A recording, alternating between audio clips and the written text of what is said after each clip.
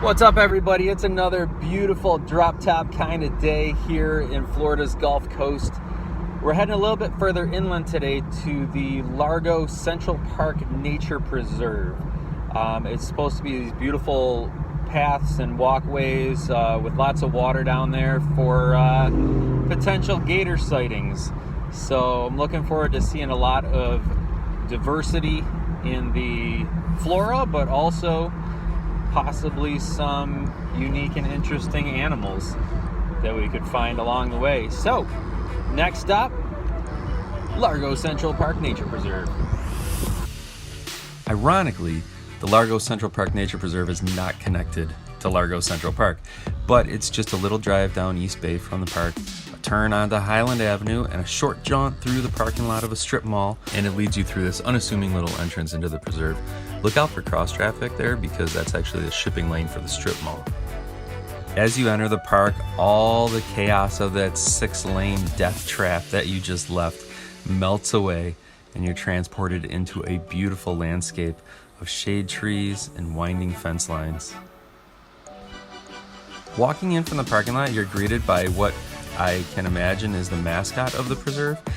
I'm not really sure if river otters were here at some point, but I think this is some kind of water feature, at least that's what it looks like.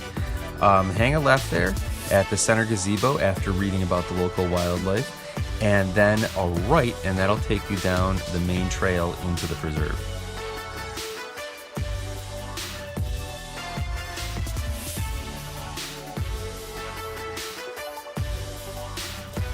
Around that turn is this little stand of bald cypress, showcasing their unique vertical roots. And we'll get into that a little bit more later in the video, but for right now, just enjoy the weirdness of these interesting trees. Spinning around, we're led down the paved trail through a serene jungle setting. It was a very peaceful start to the day, but I definitely thought there was a gator in that water. Turns out it was a rock. Speaking of gators, I don't know what lunatic was down here that required there to be a sign about it, but definitely don't feed the alligators. I gotta say, after seeing that sign standing on a boardwalk only a few inches off the surface and entirely surrounded by water was a bit terrifying, especially after all the sci-fi original movies I've watched. You can immediately feel that you're in gator country, and this isn't a boat tour with a bunch of trained professionals. It's just you and the uncertainty of the dark water, every break in the surface a potential menace, every ripple impending doom. Ooh, look, a bird. And that's a common moorhen, humorously also known as a swamp chicken. They can be seen picking at weeds all over the marshy regions of Florida and can be identified by that bright red chunk of flesh on their beak there. And right off the bat, it's a bird party.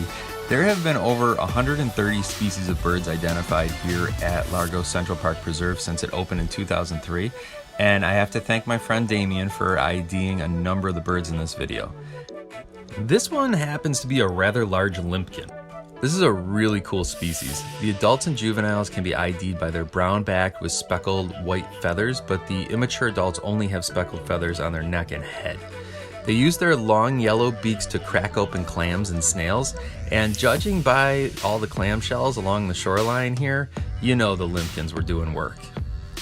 Their long legs and long toes allow them to easily navigate around swamps as well as in tree limbs.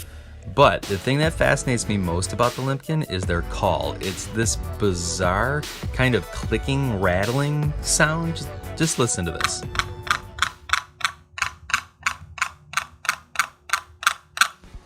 This sound seems really random at first, but it does have a purpose. The males use this rattling call to warn females of predators, but they also make this sound while eating, which is kind of funny. They sing because they really like to eat. Or maybe they thought I was a gator. You can see their long beak at work here as they poke it through the marshy swamp bottom like a thin shovel to dig out clams and snails. Check out this big boy. This is a tricolored heron. Not as large as the great blue heron, but much more interesting color palette, showing off the grayish blue wings with bits of purple and a white underbelly leading all the way up to its bright yellow beak. These guys are a Gulf Coast novelty, living and breeding exclusively along the southern coastlines of the United States and Mexico. Here's a juvenile learning how to hunt on his own. Notice how he flails out his wings in the back, preparing to strike.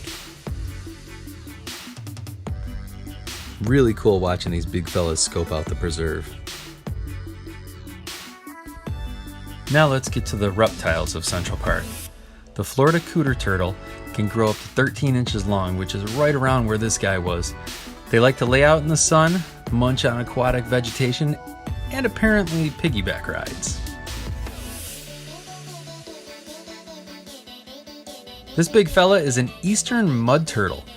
I just thought it was really cool how he had the moss growing on his shell. And look at those big flippers. They are perfect for pond life. But if you're looking for weird, look no further than the Florida Softshell Turtle. As the name may suggest, they don't have the armored shell of most turtles. However, what they lack in defense, they make up for with speed. Their sleek design allows them to quickly escape predators like alligators and awkwardly sitting cameramen. Here's when I almost fell in the water trying to get a close-up. Not my proudest moment. The softshell turtle is also entirely aquatic and can be identified by their signature snorkel-like pig snout. They can grow up to 30 inches long, and this one was definitely getting there. A guy I ran into on the boardwalk nicknamed him the Big Guy. We'll get back to more wildlife later, but first, let's stroll down the boardwalk that cuts through the middle of the jungle. Check out this massive red maple. What I found weird about the red maples in this swamp is that their bark was similar to a beech tree. Normally, the red maple bark is a little more rough, but this was kind of smooth and it's got some lichen growing on it, which makes it look like a beech tree. A lot of the red maples along the water's edge have fallen over, forming what the bonsai community calls raft style, where a fallen tree starts growing vertical branches from the trunk to make what looks like little trees. The exposed roots here touching the water is what's keeping this tree alive. After a short walk, you come to a crossroads, which is actually the paved path that we came in on. We'll circle back around there soon. I know I said I'd get back to wildlife later, but lizards are one of my favorite parts of coming to Florida. Just look at that little fella. Okay, bye. As we roam deeper into the jungle, the marshland presents itself as a tangled labyrinth of mingling vines and ancient trees. The sheer variety of foliage makes it nearly impossible to focus on one species. The jungle flora is almost unnoticeable in this area due to the masses of ferns growing out of the mud. It's a peaceful but sort of unnerving experience being here alone. And suddenly we're in the middle of a patch of palms exiting the swamp there. If I had to guess, I'd say these are palmetto palms, just judging by the size of the fronds and the way the branches sag, but correct me in the comments if I'm wrong.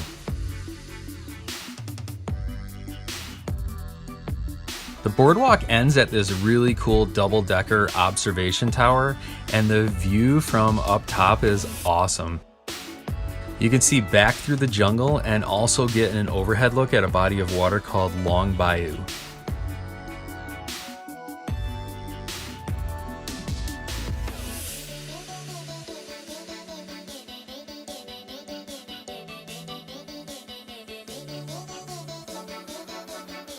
To the right of the tower is this southern magnolia tree, also known as a bull bay. While this one looks big, they can actually grow up to 80 feet tall. After descending the tower, I found a few white ibis cruising through the jungle looking for lunch. I've mentioned before how much I love seeing these birds. Fun fact, the ibis is commonly seen in flocks like this while hunting, but of course they can hunt solo too. They disrupt so much of the marshy ground digging up their prey that other wading birds like egrets follow them, hoping to pick up their scraps. Next to the bayou, I spotted a small flock of Muscovy ducks. The male Muscovies have these ugly looking warts on their noggins, while the females do not. These ducks never travel further north than Florida, primarily living throughout Central and South America. Like most wildlife habitats in Florida, the Central Park Nature Preserve is bordered by a golf course. This one is the East Bay Golf Club and has its own condo neighborhood right on the course.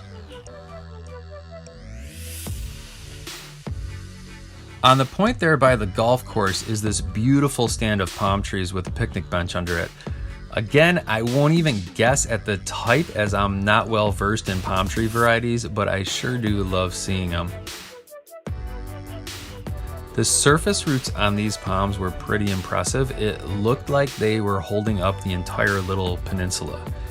It was a great spot to stop for some shade on a hot morning, take a break, and just listen to the breeze rustle through the palms.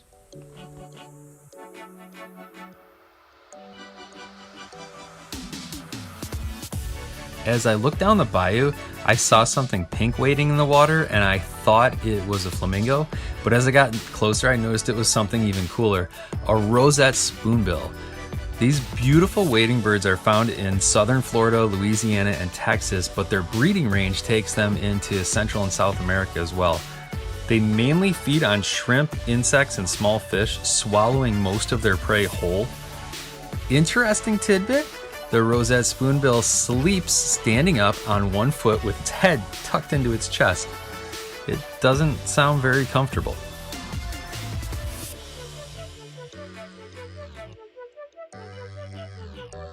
Totally thought I'd see a gator in the water here too, but I wasn't willing to get too close to the edge to check.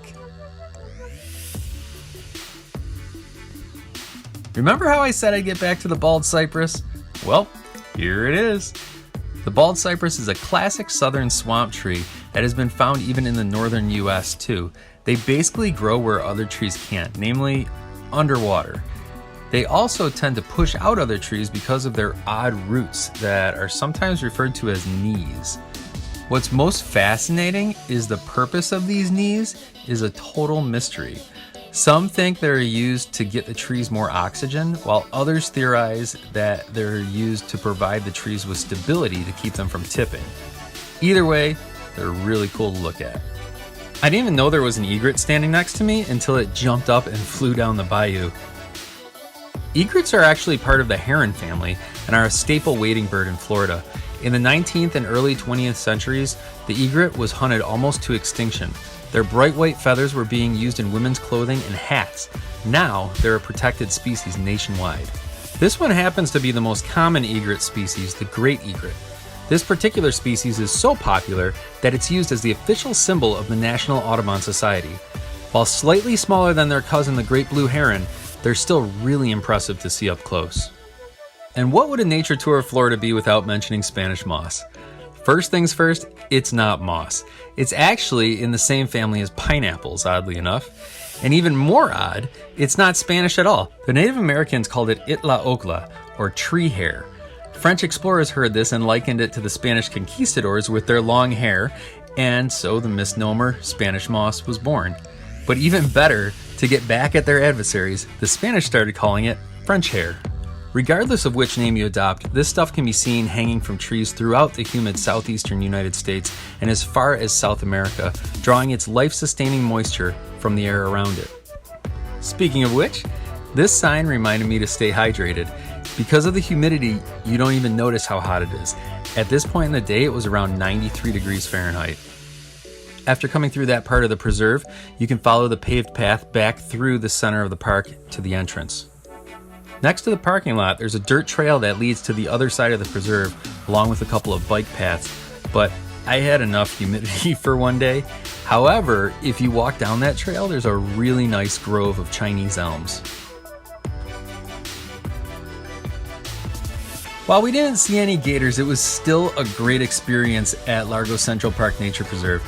I'd recommend it if you're looking for a longer, more immersive kind of nature walk. Great opportunity for bird watchers, and the possibility of gator sighting is always there. Thanks for watching, everybody. Like and subscribe if you're new. I'll leave you now with the oddly soothing sounds of the Limpkin enjoying his meal. God bless and stay green.